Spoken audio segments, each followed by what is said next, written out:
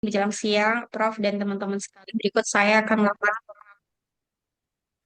dari artikel yang kita review bersama di sini. Nah, untuk ulasan kritis terkait dengan inovasi Tra untuk e-commerce. Jadi, presentasi ini menyajikan ulasan kritis terhadap artikel penelitian yang berjudul Raging Open Innovation for E-commerce Success. The Contingent Role of Information System and Artificial Intelligence. Nah, ini ditulis oleh Amar Johri dan juga rekan-rekan. Artikel ini diterbitkan pada bulan Mei 2025 di Journal of Innovation and Knowledge volume 10, edisi 4. Nah, detail untuk publikasinya, eh, penulisnya terlampir, kemudian jurnalnya seperti saya jelaskan tadi, dari Journal of Innovation and Knowledge, dan artikel ini diterbitkan oleh penerbit jurnal Elsevier. Nah, lanjut ke pemaparan berikutnya. Kita melakukan analisis judul terhadap variabel dan juga masalah penelitiannya. Jadi, variabel ini menggambarkan dalam judul artikel secara jelas mencakup variabel penelitian utama yaitu informasi terbuka, sistem informasi akuntansi atau AIS, kemudian kecerdasan buatan atau AI, dan kinerja e-commerce. Nah, di frase the contingent rule of accounting information system and artificial intelligence secara eksplisit menunjukkan peran moderasi AIS dan AI dalam hubungan antara inovasi terbuka dan kerja e-commerce. Jadi, judul ini dengan baik menggambarkan masalah penelitian terkait peran inovasi terbuka, AIS, dan AI dalam meningkatkan kinerja e-commerce. Nah, selanjutnya, eh, untuk latar belakang masalah di poin kesenjangan teori, jadi di sini saya simpulkan bahwa meskipun inovasi terbuka dan kinerja e-commerce telah banyak dipelajari, peran AIS dan AI dalam mengoptimalkan informasi terbuka untuk kinerja e-commerce belum banyak dieksplorasi. Jadi, artikel ini mengisi kesenjangan dengan mengintegrasikan dua hal tersebut di dalam kerangka inovasi rantai pasokan e-commerce. Nah, kemudian terkait dengan kesenjangan lainnya, perusahaan e-commerce sering menghadapi tantangan dalam mengintegrasi inovasi eksternal dengan sistem seperti AIS dan juga AI. Nah, penelitian ini menunjukkan bagaimana kedua teknologi ini dapat mendukung informasi terbuka untuk meningkatkan kinerja e-commerce. Jadi, sebuah area yang kurang diteliti dalam konteks praktis yang lebih luas. Untuk kesenjangannya, sedikit penelitian yang mengkaji peran moderasi antara AIS dan AI dalam mempengaruhi hubungan antara inovasi terbuka dan juga kinerja e-commerce. Nah, artikel ini mengatakan kesenjangan ini nanti akan dilakukan pengujian bagaimana AIS dan juga AI memoderasi hubungan tersebut. Kemudian kebaruan ataupun novelty.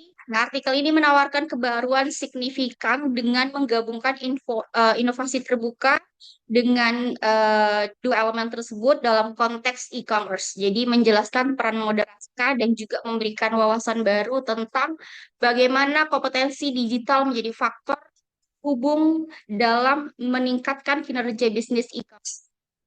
Nah, selanjutnya di dalam pertanyaan penelitian ataupun hipotesis utama ada beberapa poin. Yang pertama, bagaimana pengaruh inovasi terbuka terhadap kinerja e-commerce. Kemudian sejauh mana sistem informasi akuntansi atau AIS memoderasi hubungan antara inovasi terbuka dan juga kinerja e-commerce. Lalu bagaimana apa dan peran kecerdasan buatan ataupun AI dalam memoderasi hubungan antara inovasi terbuka dan kinerja e-commerce. Terkait dengan kompetensi digital, nanti akan ada hipotesis bagaimana kompetensi digital memediasi hubungan antara orientasi manajerial terhadap inovasi dan kinerja e-commerce. Nah, selanjutnya, hipotesis yang muncul adalah bagaimana integrasi inovasi dan inovasi dalam e-commerce. Dan yang terakhir, dampak strategi manajerial. Nah, di sini hipotesisnya adalah apa dampak strategi manajerial yang berorientasi pada inovasi terhadap kemampuan perusahaan e-commerce untuk beradaptasi dengan perubahan pasar dan teknologi baru. Nah, berikut adalah gambaran dari kerangka faktual yang terlihat menggambarkan bagaimana hubungan antar variabel yang diteliti seperti inovasi terbuka, kemudian sistem informasi akuntansi atau AIS, kemudian kecerdasan buatan atau AI, dan kinerja e-commerce. Di slide selanjutnya, membahas terkait dengan telah teoritis sebagai fondasi penelitian. Untuk grand teori yang digunakan adalah teori inovasi terbuka dari Henry Gainsborough yang menjelaskan pemanfaatan pengetahuan eksternal dalam proses inovasi. Kemudian teori sumber daya berbasis pandangan atau RBV yang menekankan kapasitas internal untuk keunggulan kompetitif. Dan middle theory di dalam riset ini menggunakan teori kemampuan dinamis dari Pisano yang menjelaskan bagaimana perusahaan e-commerce membangun kapabilitas untuk beradaptasi dengan perubahan teknologi dan preferensi konsumen. Dan applied yang digunakan adalah teori moderasi yang menjelaskan bagaimana AIS dan AI memoderasi hubungan antara inovasi buka dan kinerja e-commerce. Dan juga teori kinerja e-commerce yang menghubungkan variabel-variabel yang mempengaruhi kinerja operasional finansial dalam e-commerce. Kemudian untuk model riset ataupun pendekatan dan data, paradigma penelitian, nah meskipun tidak disebut secara eksplisit, di dalam penelitian ini saya melihat mengadopsi paradigma kuantitatif dan juga positivisme. Ini didasarkan pada ujian hipotesis, kemudian pengumpulan data numerik, dan analisis statistik untuk menguji hubungan antara inovasi terbuka AIS, AI, dan kinerja e-commerce menggunakan PLS. Nah, waktu, tempat, populasi, dan juga sampel, waktunya itu di Januari 2023 sampai dengan Maret 2024. Nah, datanya pengumpulan data survei. Kemudian tempat sektor e-commerce secara umum dengan data dari berbagai perusahaan e-commerce di India. Kemudian si karyawan senior perusahaan e-commerce dengan pengetahuan relevan tentang inovasi terbuka AIS, AI, dan kinerja e-commerce. Nah, sampel secara keseluruhan ada 427 responden, di mana ada manajer, CEO, CFO, pengusaha yang dipilih menggunakan metode penarikan sampel secara purposive sampling. Kemudian untuk pengujian kualitas data dan juga basis skala pengukuran, meskipun tidak dijelaskan secara terperinci, penggunaan PLSM dan kuesioner menunjukkan bahwa skala Likert dan skala multidimensi digunakan untuk mengukur variabel laten dan aspek terkait. Untuk teknik pengujian kualitas data tidak dijelaskan secara eksplisit, namun menggunakan PLSM menyiratkan bahwa uji kualitas data seperti validitas dan reliabilitas dilakukan untuk memastikan data yang akan valid dan dapat dipercaya. Untuk teknik pengujian hipotesis, artikel ini menjelaskan dan juga menerapkan teknik pengujian hipotesis melalui analisis regresi dan pengujian signifikansi koefisien, serta pengujian integrasi ataupun interaksi untuk mendukung atau menolak tesis penelitian. Nah, untuk analisis data kemasan, deskripsi datanya data kuantitatif dikumpul melalui kuesioner dengan skala Likert, mengukur sikap dan persepsi responden. Datanya dianalisis menggunakan PLSM untuk menguji hipotesis.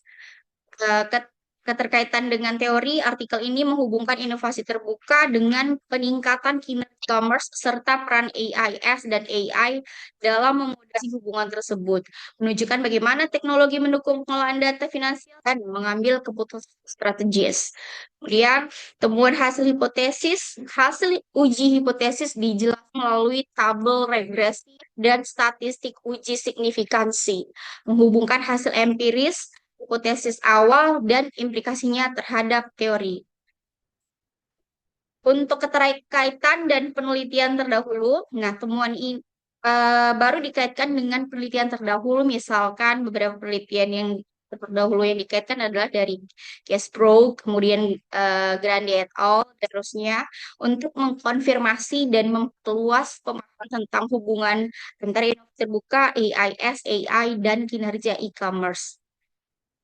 Kesimpulan keterbatasan dan saran untuk kesimpulan, nah artikel ini menjawab permasalahan penelitian. Inovasi terbuka dari hasil penelitian, inovasi terbuka berpengaruh positif terhadap kinerja e-commerce, AIS, dan juga AI memoderasi hubungan tersebut dan kompetensi digital dan kapasitas informasi dengan baik sebagai variabel mediator. Kemudian keterbatasan eh, terkait dengan keterbatasan penelitian ini, artikel ini tidak memberikan penjelasan secara eksplisit mengenai keterbatasan di dalam penelitian kalau saya baca. Kemudian, namun berdasarkan konteks metodologi yang digunakan, saya lihat ada beberapa keterbatasan yang dapat disarankan. Yang pertama terkait dengan keterbatasan secara geografis, karena eh, batas kepada perusahaan e-commerce di pasar tertentu, kemudian fokus pada pandangan manajerial tingkat atasnya, kemudian generalizability yang terbatas pada sektor e-commerce, kemudian metode yang digunakan menggunakan PLSM yang mungkin dapat mempengaruhi hasilnya ya nanti, kemudian data survei yang berpotensi mengandung bias. Sarannya, peneliti selanjutnya dapat eksplorasi aspek kualitatif dan memperluas cakupan geografis untuk meningkatkan generalisasi temuan. Baik, dan teman-teman, itu yang saya bisa paparkan. Saya kembalikan kepada Prof. Wassalamualaikum warahmatullahi wabarakatuh.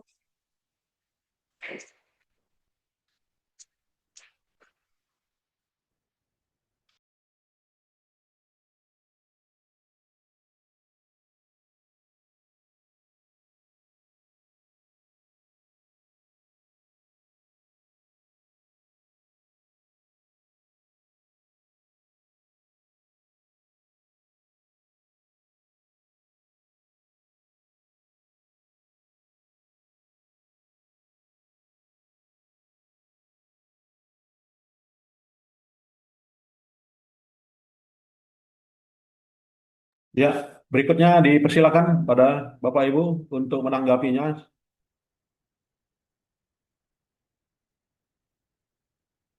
Silakan. Baik, Ya, silakan, baik, Bu.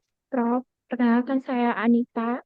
Ya, Bu Hari Anita. ini saya akan bertanya sama Kak Dwi terkait dengan eh, paper yang baru saja dipresentasikan. Tadi Ibu mengatakan bahwa penelitian itu kan dilakukan di antara Januari 2023 hingga Maret 2024.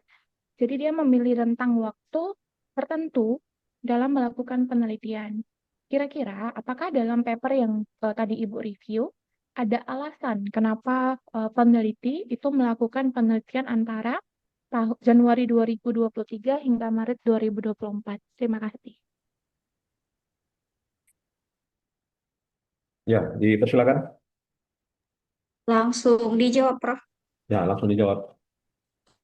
Terima kasih untuk Ibu Anita, izin menjawab ya Prof ya. Nah, kalau pertanyaannya kenapa dilakukan antara Januari 2023 hingga ke Maret, sebenarnya ada beberapa alasan yang strategis dan metodologis ya. Saya rasa karena hal tersebut dilakukan untuk mendukung keberhasilan pengumpulan data dan juga validasi hasil penelitian, entah itu terkait dengan waktu pengumpulan data yang optimal, kemudian jadi kalau terkait dengan pengumpulan data yang optimal tuh artinya begini, periode yang ditetapkan memungkinkan peneliti tersebut nantinya bisa merancang ataupun menyebarkan, bahkan mengumpulkan data dari responden secara lengkap dan sistematis begitu. Kemudian bisa juga terkait dengan mengikuti perkembangan dan dinamis dari industri e-commerce sendiri ya. Kalau saya rasa yang sebenarnya hal tersebut ini telah muncul tuh di saat COVID. Jadi pengumpulan data dengan periode tersebut memungkinkan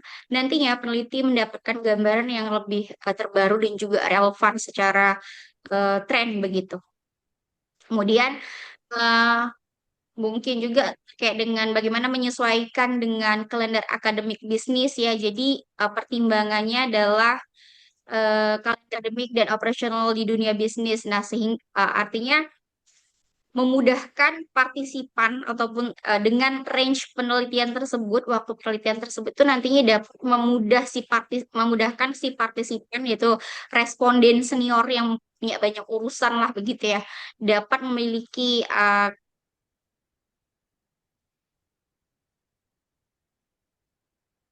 PR tersebut. Jadi bisa respon dengan lebih representatif dan berkualitas. Kemudian bisa juga terkait dengan mengantisipasi proses analisis data yang kompleks ya. Jadi kalau dilihat kan cukup panjang nih range-nya dan melibatkan banyak peserta, sekitar 427 kalau kita lihat tadi ya. Jadi membutuhkan range waktu yang cukup panjang untuk menguji itu realitasnya bagaimana validitasnya dan juga pengolah eh, statistik. Kemudian bisa juga mungkin dari apa ya, pengaruh variabel eksternal mungkin dan kondisi lingkungan. Jadi eh, industri e-commerce ini selama periode ini mungkin banyak mengalami perubahan ya terkait dengan kebijakan mungkin, inovasi teknologinya mungkin dan juga perilaku konsumen. Demikian Prof kurang lebih Bu Ya, Nita. baik. Terima kasih itu ya, Bu Nita. Jadi memang cukup menguasai ya presenter dalam hal ini. Ada lagi? Izin bertanya, Prof. Ya, silakan Bu Penny. Terima kasih Prof atas kesempatannya. Izin bertanya kepada Kak Dwi. Ya, tadi kan sudah dipaparkan bahwa total respondennya itu ada 427. Bisa nggak dijelaskan bagaimana demografis respondennya ini? Karena ini cukup banyak ya kalau kita lihat responden. Terima kasih. Hmm, kok soalnya agak kayak mana ya? Oh sebentar, saya tutup dulu punya saya kayaknya ya.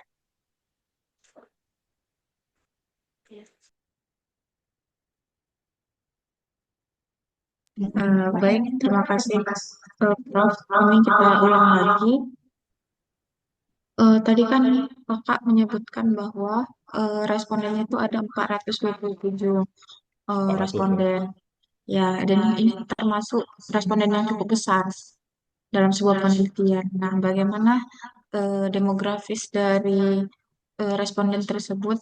eh, Apakah memang sudah sesuai untuk penelitian ini seperti itu?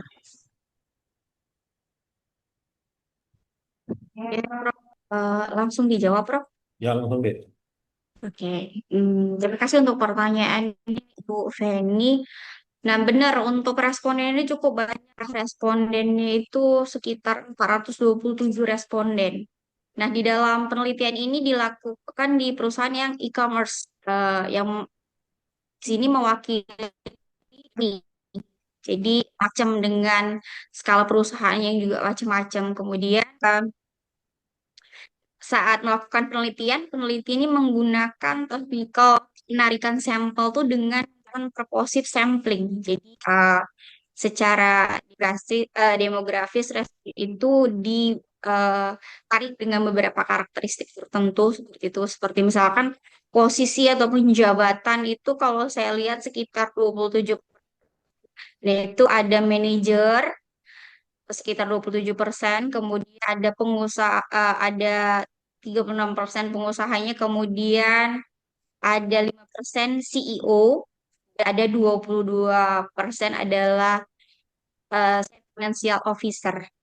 Kemudian untuk latar belakang pendidikan, secara persentase di situ terlihat di dalam penelitian sekitar 30% itu memiliki gelar sarjana, ada 52% memiliki kualifikasi sarjana dan 14% yang menyelesaikan pendidikan menengah. Kemudian untuk pengalaman kerja, 21% itu memiliki pengalaman kurang dari 3 tahun, 3% eh, memiliki pengalaman kerja sekitar 3 hingga 5 tahun dan ada 36% itu lebih dari 5 tahun. Jadi artinya responden yang terlibat pada penelitian ini adalah para pemimpin, kemudian orang-orang yang memberi making decision ataupun pengambilan keputusan utama ya di perusahaan e-commerce yang artinya kompeten dan berpengalaman di dalam bidangnya, yang nantinya pastinya mampu ya memberikan insight yang lebih mendalam terkait variabel yang sudah diteliti begitu. Begitu kurang lebih Prof. Ya, bagus. Jadi Bu memang Feby. aspek demografinya kebanyakan S1 ya. Ya, ada lagi? Izin bertanya, Prof. Loh, Ya, Bu, silakan. eh, Kak, boleh ke arah Oke, silakan. atau ke arah konsep?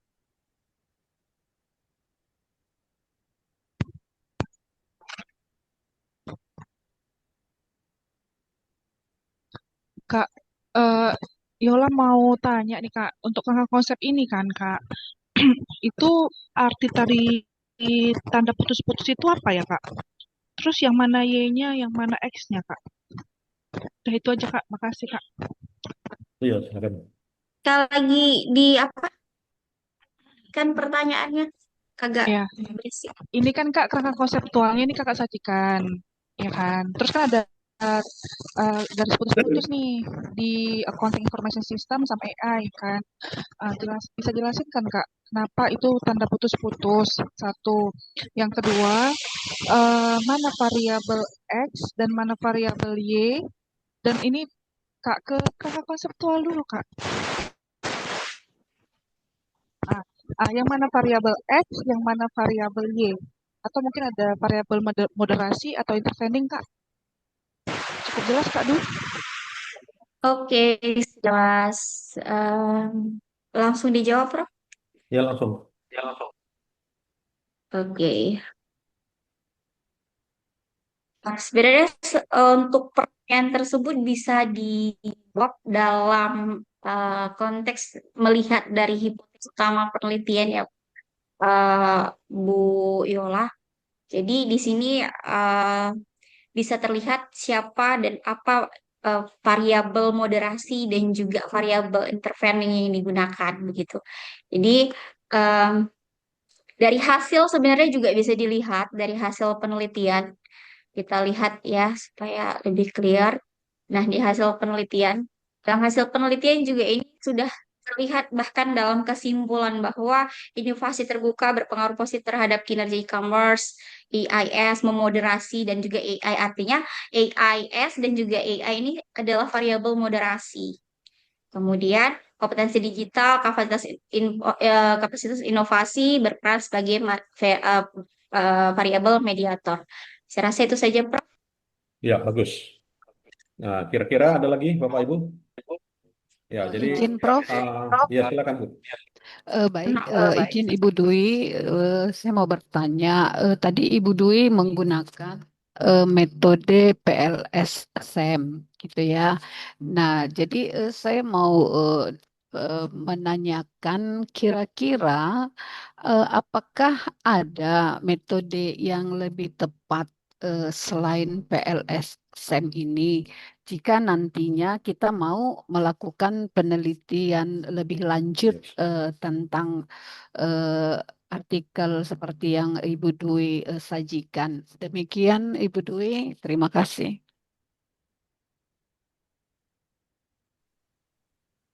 Baik, Prof. Izin menjawab ya, Prof. Ya, Bu. Oke, izin menjawab Bu Jo. Nah, kalau ditanya kan di dalam proses penelitian ini, metodenya ini kan PLSM ya. Jadi, eh, PLSM ini nantinya sebenarnya bisa membantu si Pak peneliti menginterpretasikan hasil penelitian dengan baik. Kenapa? Karena memang penelitian ini sifatnya datanya ini kompleks ya. Jadi dengan sifat data yang kompleks, eh, lebih tepat menggunakan SEM PLS. Jadi jika kita lihat penelitian ini memang lebih tepat menggunakan SEM PLS karena memang si datanya dan juga model dalam penelitian ini juga lebih kompleks. Jadi pasti penelitian ini membutuhkan prediksi yang lebih fokus dan juga lebih akurat begitu ya. Kan ketika menerapkan metodenya menggunakan PLSM. Kurang lebih Prof. Atau mungkin izin ada pendapat dari Prof. Ya, jadi penelitiannya kuantitatif ya, jelas. Dan kalaupun mau dikualitatifkan juga terbuka kemungkinan ya. Itu saya kira. Ada lagi Bapak Ibu? Ya, kalau tidak ada saya kira itu saja ya. Dan kelompok ini, kelompok dua udah terpenuhi ya. Terima kasih. Selamat siang. Assalamualaikum warahmatullahi wabarakatuh. Selamat siang. Terima kasih banyak Prof. Terima kasih banyak, Prof. Boleh meninggalkan ruangan.